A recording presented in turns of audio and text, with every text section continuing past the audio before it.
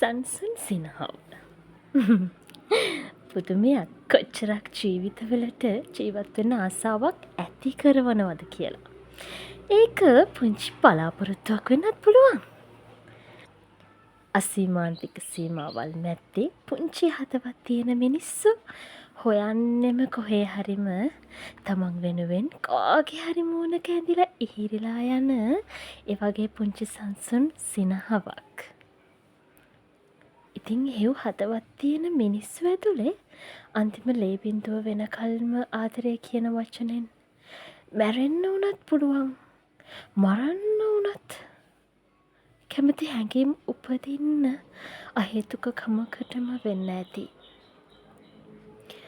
මහා ගහක් වගේ එක් වෙලා තියෙන ප්‍රේමය ගැටිලා බිඳිලා ගිය තත්තරේම මුර්ගියෝ වගේ හිත්පිත් නැති හදවත් උපදින්නේ දරාගන්න බැරි තරම් ආදරේ නිසාද?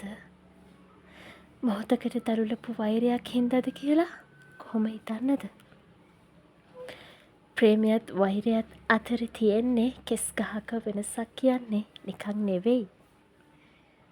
මහා තරහක් වුණත්, මහා කලකිරීමක් වුණත්, මහා හිස්කමක් වුණත් හුඟක් මිනිස්සු තරහගෙන ඉන්නේ මං අර කලින් කිව්වා වගේ පුංචිම පුංචි හිනහවකින්. ඇයි එහෙම වහගෙන ඉන්නේ?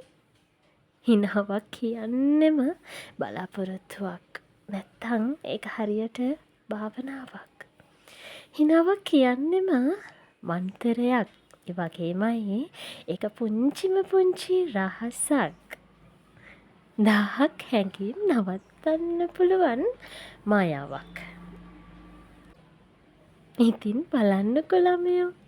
ඔයත් ඒ වගේ එක කතා කරන මායාකාරියෙක්ද? නැත්තම් මායාකාරියක්ද? අකුරු එකතු වෙච්චි වචනයකට වඩා ඔය පන ගැහෙන හුස්මට කතා කරන්න පුළුවන් වෙන මොනාටද? ඒ හරියට මගේ හිනහව වගේ. සතුටින් ඉන්න. හිනහ වෙලා ඉන්න. මායාකාරයෙක් වෙන්න ඉගෙන ගන්න ඕනේ.